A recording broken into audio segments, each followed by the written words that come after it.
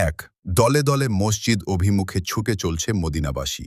তারা তাওহীদের পতাকাবাহী, ইসলামের জন্য নিবেদিত, দেশ ও জাতির জন্য উৎসর্গিত। সকলের মুখে এক অসাধারণ তেজ ও ক্ষোভের ছাপ পরিস্ফুট। সময়টা সকালবেলা। পূর্ব আকাশে সূর্য উদিত হয়েছে। ঘরদোর, মাঠ প্রান্তর, গাছগাছালি ও পাহাড় পর্বতের উপর ঝলমলে সোনালি মিষ্টি রোদ ছড়িয়ে পড়েছে। এখন কোনো নামাজের সময় নয়, তবু মুসলমানরা ছুটে চলছে মসজিদ পানে। মসজিদে নববী। সেকালে এ যুগের মতো আলাদা রাজপ্রাসাদ কিংবা কোর্ট কাচারি ছিল না। নবীজি সাল্লাল্লাহু আলাইহি ওয়াসাল্লাম ও তার খলিফাগণ মসজিদে নববীতে বসেই রাষ্ট্রীয় সকল কর্মকাণ্ড ও বিচার ফয়সালা আঞ্জাম দিতেন।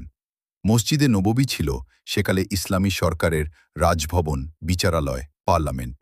হিজরি ২৬ সনের ঘটনা। মুসলমানগণ চারদিক থেকে ছুটে এসে মসজিদে নববীতে সমবেত হচ্ছে। বসে পড়ছে মিম্বরমুখী হয়ে। মিম্বরের সর্বসম্মুখে ও ডানে বায়ে উপবিষ্ট অনেক সম্মানিত ও নেতৃস্থানীয় ব্যক্তি।